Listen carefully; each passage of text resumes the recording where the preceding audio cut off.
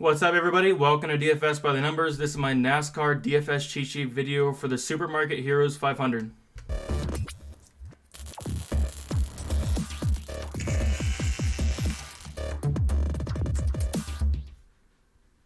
What's up, guys? Welcome back to another NASCAR video. This time we are at Bristol. It's going to be 500 laps, so we're going to need 2 to 3 dominators. Bristol is always an exciting race, so I'm really looking forward to it. Before we start, if you guys can leave a like, also subscribe if you haven't yet. Really appreciate that. And if I have not thanked you guys yet, thank you guys for 2,000 subscribers. It means a lot to me, so hopefully we can keep the channel growing and get 3,000 in sometime maybe this year. But yeah, coming off of a very, very good race at Charlotte. Honestly, one of my best races I've had in my life. Ended up getting Stenhouse at 9% owned. I was like 3 times ownership on Stenhouse, 4 times ownership on Stenhouse. Stenhouse finished like 4th. I was not expecting that. I was expecting maybe like a top 15. But a finish of 4th was just amazing. There's a lot of lineups where I was like, wow, I have a good chance to take this contest down. I was right there. I finished 5th in the 150 max, the mini max. And I finished like top 20 in the slingshot. I really thought I had a chance to take those down. I just needed Martin Truex to move up a little bit.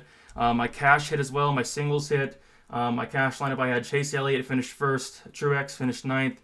Kevin Harvick at 21% owned finished 10th. I think Bowman was like 70% owned, so that really did it right there for cash. Blaney finished 3rd. And then Newman 17th. And then Dillon 25th. So wow. It was definitely one of my best races I've ever had. I think it was the best race of the year, too, for me. So hopefully keep the momentum going. Like I say, the past couple weeks, I'm right there for a takedown, playing all the right plays. I need to get them in the right lineup. This time I did. It's just I was so close. So hopefully it comes up pretty soon, maybe even at this race. I love Bristol. I've always had good success here. So hopefully, get a takedown. That'd be awesome. I'm still waiting for it for this year. All right, but let's get into the driver-by-driver breakdown video. Kyle Busch, 12,500. Kyle Busch is very, very expensive here. I mean, he's very good here. Very good history. Average finish of 6.5 in his last 4 races with 2 wins, 218 laps led, which is the 3rd best on the slate. Just looking at his career, he has 8 wins, which is the best on the slate. So Kyle Busch is very good here at Bristol, so he's priced up accordingly. It's just he's been very, very, not Kyle Busch like this year. Just looking at the current form, average finish of 11 in his past 6 races this year. 0 laps led, which is weird. It is weird. Usually we're seeing Kyle Busch dominate most of these races, but we haven't seen him lead a lap yet. We haven't seen him win a race yet. So, maybe this is the race to do it. I keep saying this every week. One of these races, Kyle Busch is going to pop off at low ownership, and he's going to dominate a race. He's going to win the race at very low ownership, and he's going to, and it's going to happen. It is going to happen. He's Kyle Busch. He has, he's one of the best drivers in the field, so it is going to happen. He just had some bad luck, and does it happen this week? I think it might, So I will have some Kyle Busch at 12,500. I know he's expensive, but if he does, lead like 100, 200, even maybe more than that laps, even 100 laps, he can make the optimal lineup at 12,500 because I do think. DraftKings did a good job pricing this. They didn't price guys like Bubba Wallace up in like 8,300 like they did last race. They didn't price guys like Jimmy Johnson and Clint Bowyer as the highest salary drivers. They did a better job on pricing this week. So yeah, Kyle Busch, definitely somebody I'm looking at. Kevin Harvick, average finish of 17.25 in his last 4 races here. 2 wins here in his career. I think he's a fine play here. He's just very, very expensive. He did have that, did not finish, finished 39th. And the thing is, Harvick's been very, very good this year, looked very fast. Looking at his current form here, Harvick, average finish of 5 in his last 6 races. So, Harvick's someone I'm looking at. I just like Kyle Busch probably a little bit more. Starting 8th, I do think he can possibly lead some laps at some point, dominate the race a little bit. He's just so expensive, just like Kyle Busch. Doesn't have the best track history, but I think Kevin Harvick's fine. Gonna have some ownership to him. Denny Hamlin, 11,600. Again, another very, very expensive guy. Average finish of 8.5 in his last 4 races. He's led 90 laps. Looking at his career, 2 wins in his career. Average finish of 14.4 in his career as well. Again, very expensive for Hamlin here. Can he get up there and lead laps? You know, I can see it. It's just he's so expensive. He's going to need to dominate laps. And he does have a win here, by the way, in the last 2 years. So 2 top 5s. He is decent here, but he's very expensive.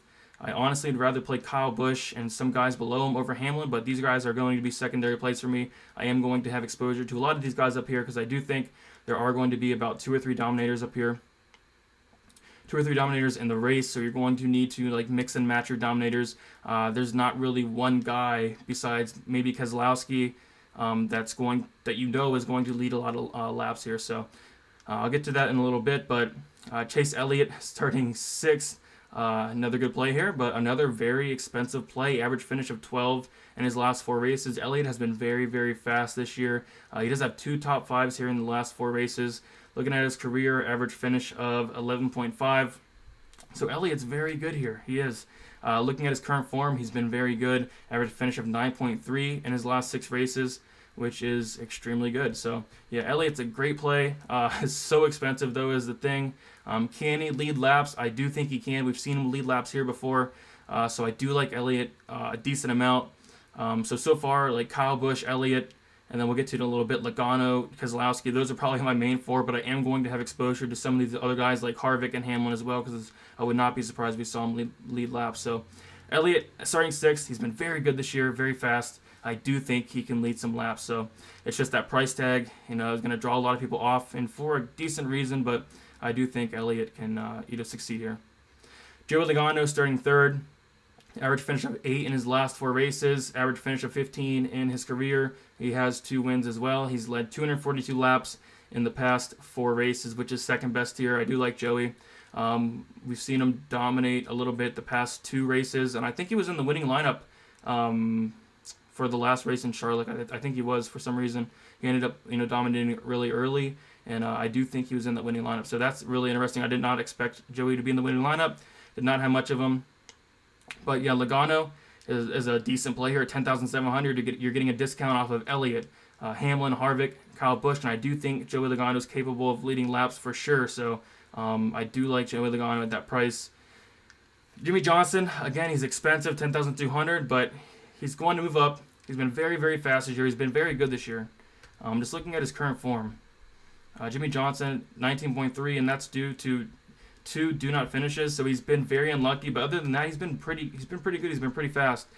Starting 24th, I do think he moves up. I do not think he leads laps. So for that reason, I'm probably not going to have as much Jimmy, because you are going to need dominators here. Dominators are key here. Up here, you're not really looking for place differential. You're looking for guys that are going to dominate and lead a bunch of laps. You're looking for guys that are going to lead like 100 plus laps. So I don't think Jimmy's going to dominate, and he is too expensive. If he was lower priced, definitely look at him starting 24th. I feel like he will draw some ownership, him being Jimmy Johnson and him starting 24th, but I just don't see him dominating, and for that reason, I definitely go elsewhere. Clint Bowyer starting 23rd. Clint Bowyer is very good here. 9,800. He's very, very good here. He's led 144 laps in the past 4 races. Average finish of 14 in his last 28 races in his career. I like Clint Bowyer. It's just, again, he's so expensive, 9,800. He's going to probably need to dominate laps or finish like in the top 5, top 4 to get in the winning lineup. So can he dominate? I do think he can, but it's just pretty unlikely, honestly, So Clint Bowyer, I'm going to have some because I do think he has some amazing history. Like I said, average finish of 7 in his past 4 races, and he does have 4 top 10s. I do think he can get a top 10 here. It's just I don't know if he's going to lead laps, but we have seen him do it before, so maybe he does. But I just think there's better options for dominators and on the slate. Martin Truex Jr. starting 5th. The price tag is very, very intriguing. It's just average finish of 22.5 in his last 4 races. He did have 2 did not finishes. Average finish of 20.6 in his career in 28 races. So honestly, I'm fine with not playing much Truex here. He has not looked the best either. We saw him at Charlotte. As one of his best tracks, looking very, very bad. He was very, very slow. Starting 5th. I'm just not really a fan of Truex this week. Even that price is so intriguing. It's just, he doesn't have the best history, and I'm just probably not going to play much of him. I'd rather play the guy below him in Brad Keselowski, which is probably My favorite play, I was hoping somebody decent got pole for Bristol here, and Keselowski's decent here. He does have an average finish of 15 in his past 4 races, high finish of 3, low finish of 23, but he has led about 200 laps in his last 4 races, so he is capable of leading laps. We know that Keselowski is definitely capable of leading laps. Average finish of 17.3 in his last 20 races in his career with 2 wins, so I love the price tag at 9,100. Keselowski is definitely a core play of mine. Going to have a lot of Keselowski. I do think he can dominate that first stage. I can see him finishing decent as well. We have seen him get top 10s here before. Of course, we've seen him win here before. So I do think he's going to dominate a lot of laps. It's just, will he finish decent? I think he will. This isn't his best track, but you got to play him starting first. Right behind him you got is it Eric Almirola? He's starting second, so I do think he's gonna get out there and lead the first stage. So I do like Keselowski starting first. Alex Bowman starting 11th, 8,800. Bowman's been very, very good.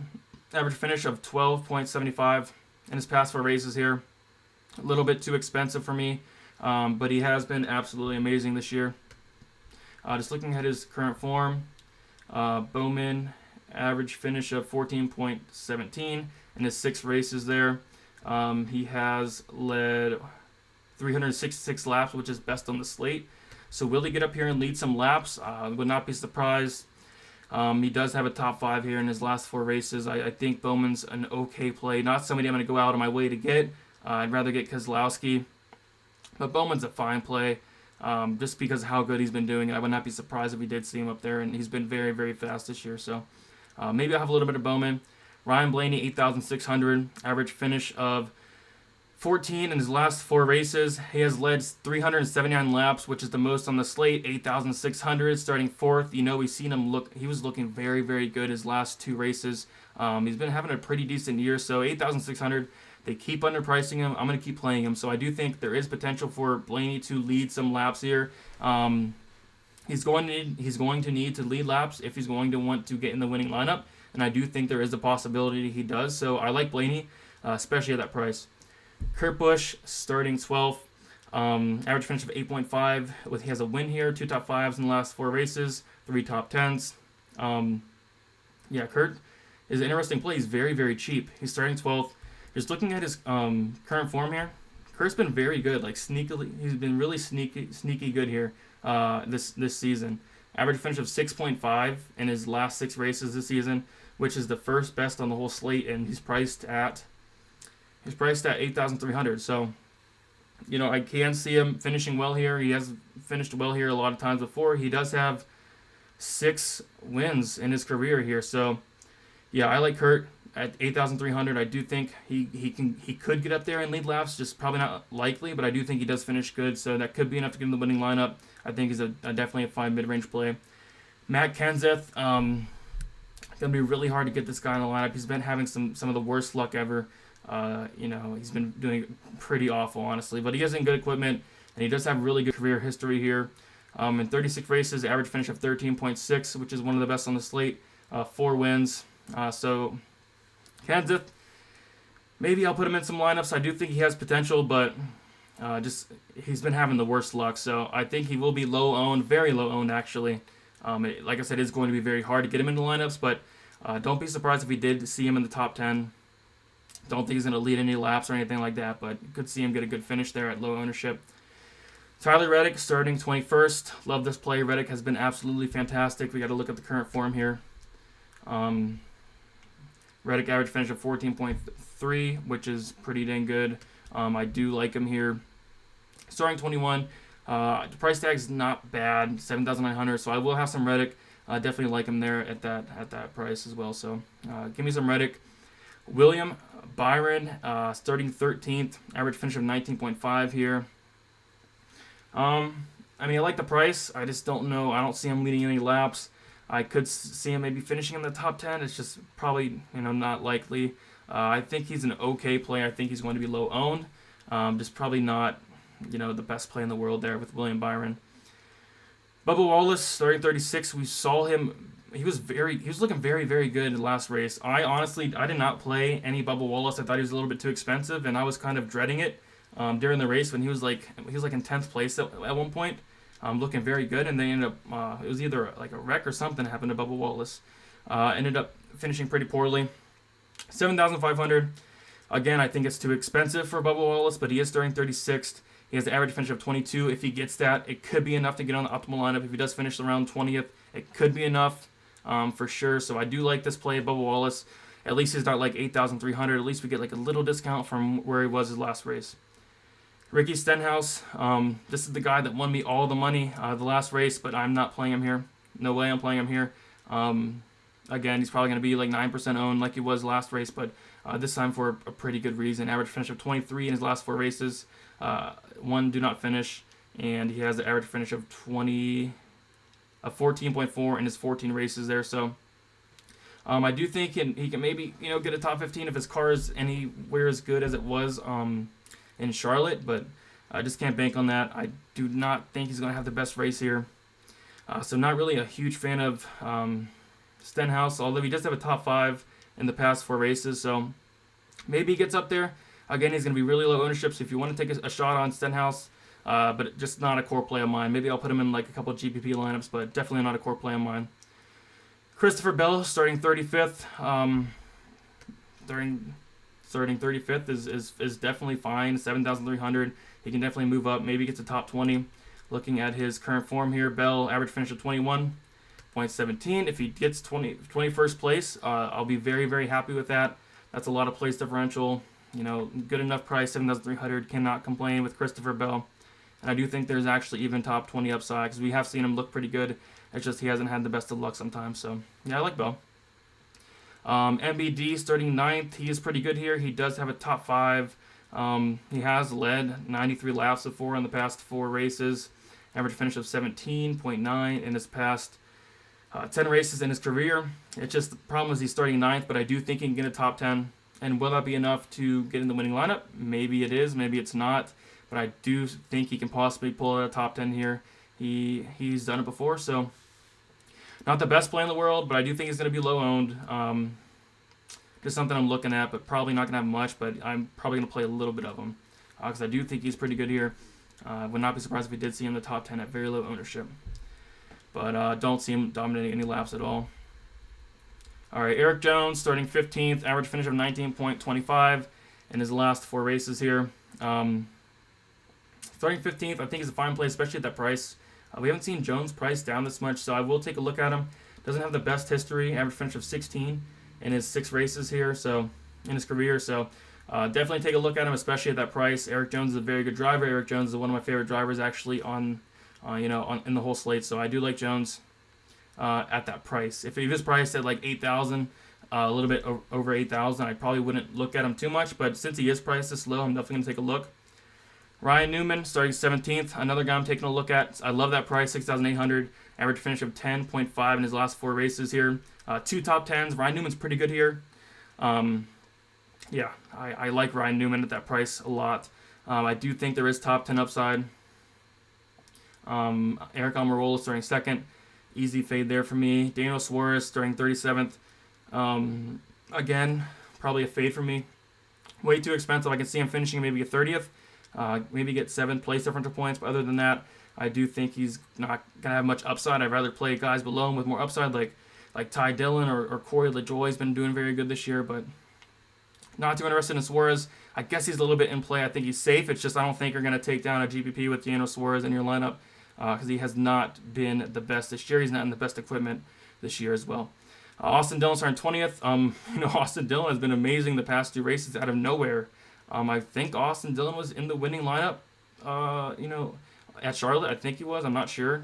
But I think he was, and he has been looking good. Average finish of 19 his last 4 races here. I think he's fine at that price at 6,300. Take a shot at Austin Dillon. Not the best play in the world, but he is very cheap, so take a shot on him because there is some upside there. Ty Dillon, 29th, starting 29th, 6,100. Decent price there. Average finish of 21 in his last 4 races. Dillon's fine. He does have 2 top 20s. If he gets a top 20, maybe it's enough to get on the winning lineup there. So I like Dillon. I usually like playing him. I think he's a very underrated driver. Had him in my cash lineup. Last week it worked out really good. Starting 29th is fine play.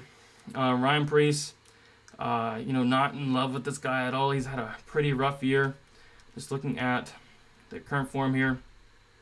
Preece average finish of 25 this year, so maybe he does, finish around 25th.